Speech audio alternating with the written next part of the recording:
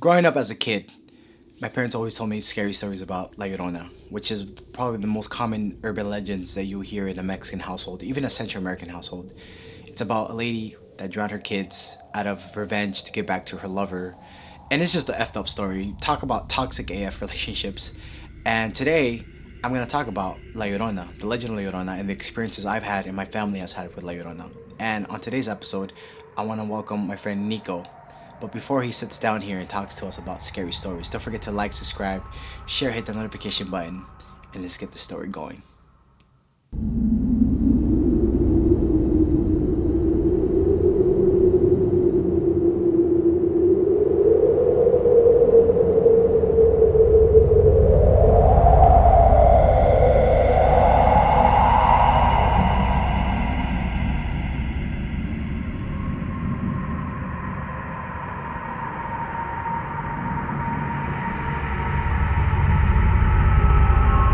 Nico, happy you are here. I'm happy to be here. Thank you for joining me on today's spooky, scary time. Are you ready to talk about La Llorona? Yes. It's the most common story you hear. Yeah, it is. And honestly, it's like a lullaby they tell us before we even go to sleep. It's like, if you don't go to sleep, La Llorona's gonna get you, so go to sleep. That's how they would tell us our bedtime It's stories. popular that Hollywood even made a movie. Yeah, they did, right? The Yeah. Curse La Llorona or something like Yeah, that. I heard it was stupid. horrible. Yeah, but point being was that we grew up with this story being told to us every night before we went to sleep.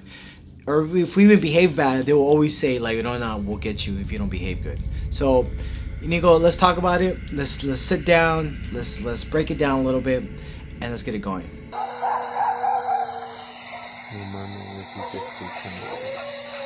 Puta madre, güey. Nico, what have you heard about La Llorona?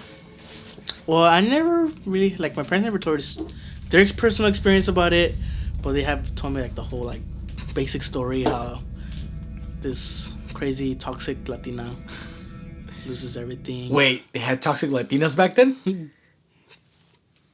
They always did.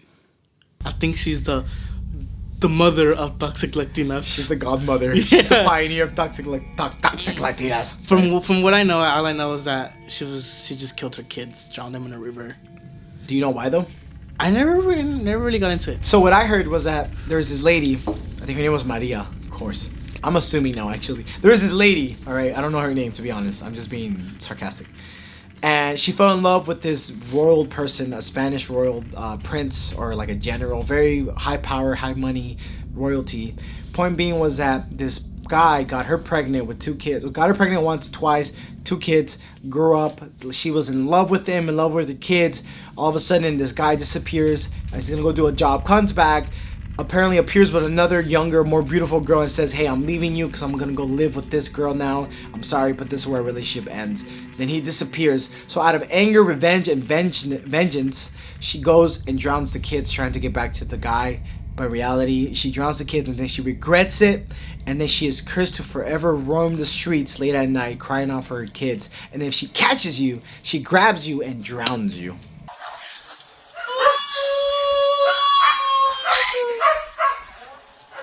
Sounds hot. It sounds pretty kinky, actually. It does. It sounds pretty kinky. I like her if she could gag me.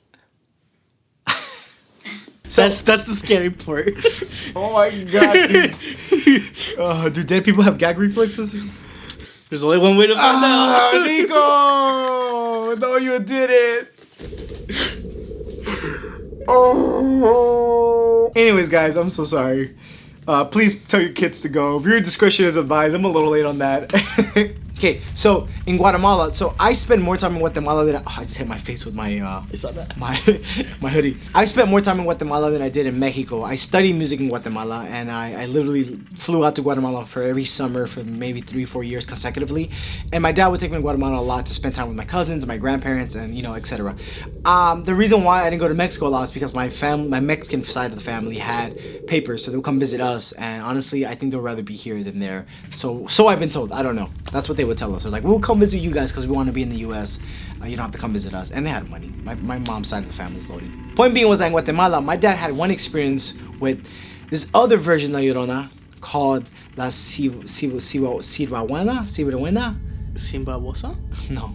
Hold on. Let me do some research. Latino ghost story. It's just I can't pronounce it because it reminds me of Sibabuena, but it's like La Sibabuena.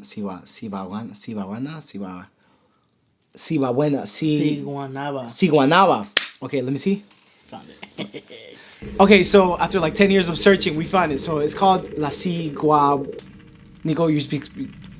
Siguanaba. La Siguanaba. So La Siguanaba is pretty much this beautiful lady that actually seduces you and takes you to a hidden place and kills you and murders you. So my dad said he was playing tennis late at night in the upper side of his village, and he was playing tennis and it got late, and then his buddies were like, all right, let's go home. And then they were just walking, blah blah blah, they're going home, and then they see a girl that looked just like one of the girls that my dad liked, called Rosa. I was like, hey Rosa. They were screaming out for Rosa, hey Rosa, Rosa, Rosa. And then all of a sudden Rosa just disappears in the darkness, and he hears a yell, a loud scream. Ah!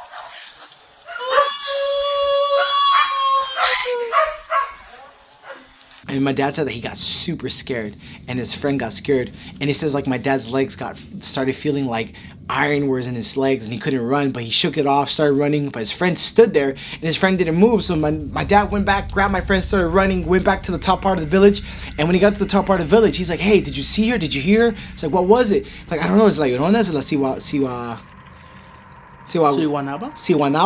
It's like, no, we don't know what it is. And then all of a sudden, the brother of that Rosa girl, thinking that my dad thinking that was the girl that they saw, comes out, and then he's like, hey, I just saw your sister Rosa. He's like, who? Rosa? It's like, Rosa's home. What are you talking about? It's like, no, we just saw her. It's like, dude, Rosa's been sick. She's been in bed. I came to get her some medicine. They're like, what? So my dad had a crazy encounter with La Llorona and La Siguanaba. And my dad tells me this story. My dad always tells me, hey, at midnight, never go outside, because that's the time when I saw La Siguanaba and La Llorona. So if you're out in the streets, be careful, because this thing comes out and grabs you and tries to torment you and seduce you. There's nothing more scary than the demons, and don't let us sleep at night. I just showed them my big heart and they're transformed. Okay, Grinch, relax. Now, La Llorona, I have an experience with La Llorona. Now, La Llorona apparently shows up to kids that misbehave, or kids that are not obedient. It's probably a folklore made to put kids in their place and scare them to obey their parents. The thing is that my grandpa's house in Guatemala is only a couple of yards away from the cemetery. Yeah, I know. Latinos and cemetery, somehow they are in love, infatuated with it. How can people live in front of a cemetery? Dude, literally, I don't know. Bro, I work in Hollywood, I'm scared. Not only is it creepy, it's kind of depressing. So my dad and my grandpa was like, Leo, whatever you do, if you're gonna go play outside, make sure it's not after midnight, and if it is, don't stand in front of the cemetery, because that's when La Llorona comes out and she grabs you. And I'm like, whatever, I was 12, 13 years old, I was a little punk ass kid, I didn't care. I do my thing, go to sleep, whatever, and then I wake up around 2, 3 in the morning, and I'm just like thirsty. Guatemala's in the summertime, so it was very humid, it's very hot. So I went to the kitchen, and we had bottles of water in the kitchen, and I just opened the freezer or the refrigerator. I took a big drink, like go, like you're dehydrated, like your hungover drinks. Go. Yeah, I took a big ass drink, and all of a sudden I just hear in the distance, Puta madre, ya me di escalofrío. Puta madre. A ver, vamos para allá, güey. La neta ya me está dando miedo, güey. And I'm just drinking my water. I was like, whatever, it's a dog. I'm like, whatever. And then I'm drinking it, and all of a sudden, my eyes open up. I'm like, La Llorona. Puta madre. Dude, I literally dropped that water and ran to my room, and my cousin was sleeping in the other bed. There was 2 beds in the room, and his name is Charlie, but I'm calling Pupo. I was like, Pupo, La Llorona. It's like, ¿Qué con La Llorona? Whatever. And then all of a sudden, we just hear really close to our room. And then Charlie's like, ah. And literally, guys, we went to the closet, we closed the door, and we were trapped in the closet, scared for our lives, and we fell asleep there. My dad said he comes in the next morning, and he's looking for us, and we're in the closet, knocked out.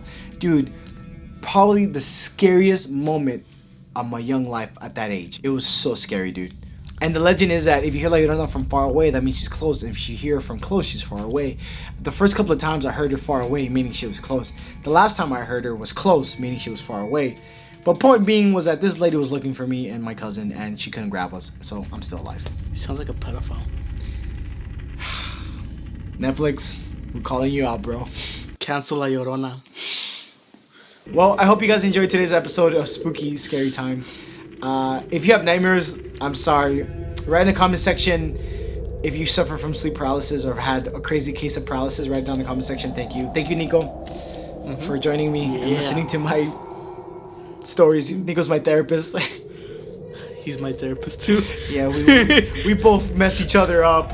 But Nico, thank you so much. I love you. Guys, don't forget to like, subscribe, share, hit the notification button. For this whole month, I'm doing nothing but spooky scary time, spooky story time, spooky adventure time, everything spooky. So go ahead, subscribe, link, share with your friends, and I'll see you guys in the next episode.